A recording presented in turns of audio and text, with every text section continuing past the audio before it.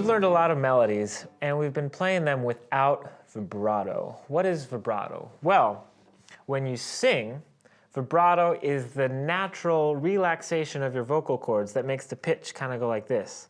So let me demonstrate.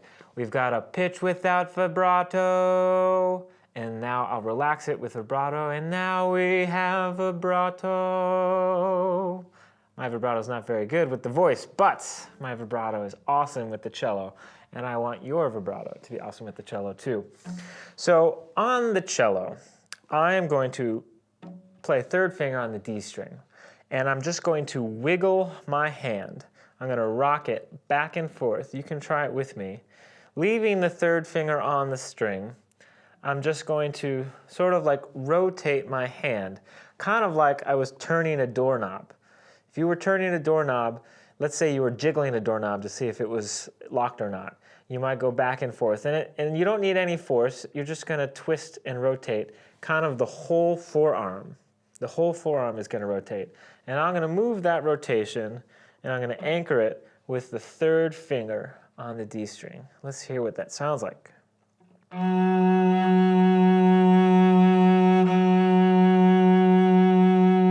Join me on this note.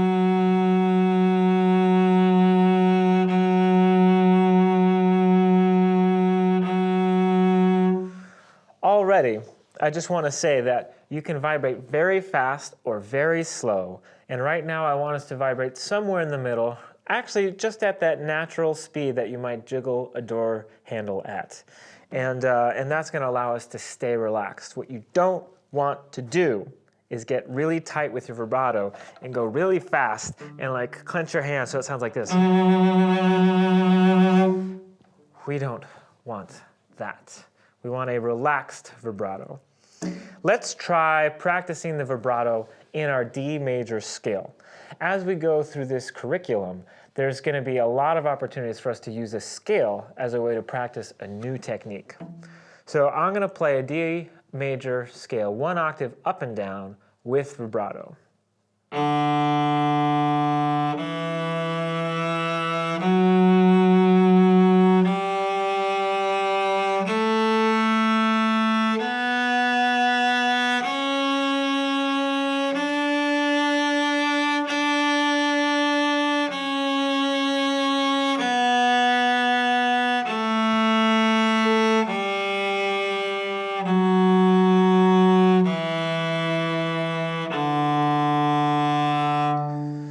The one thing I'll say about my hand position is that often I don't leave all my fingers down like I've been telling you to do up until now.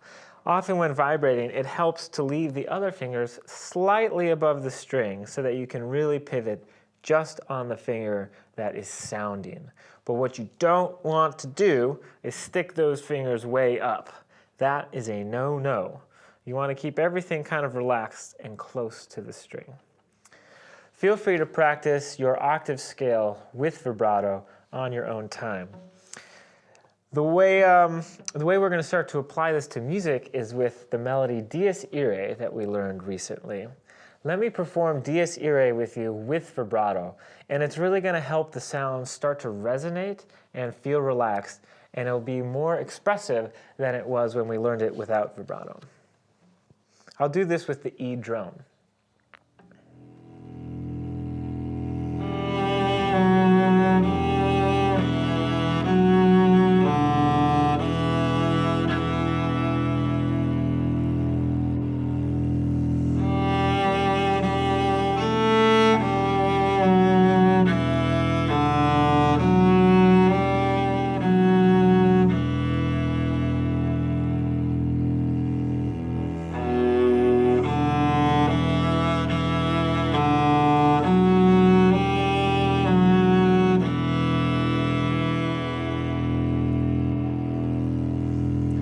As you practice vibrato with this melody, the thing I want you to look out for is if your vibrato is continuous.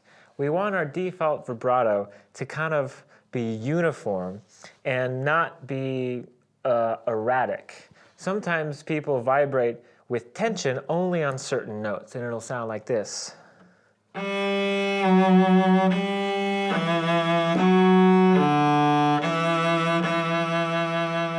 You can tell that I'm not vibrating on the fourth finger at all, and it kind of goes in and out.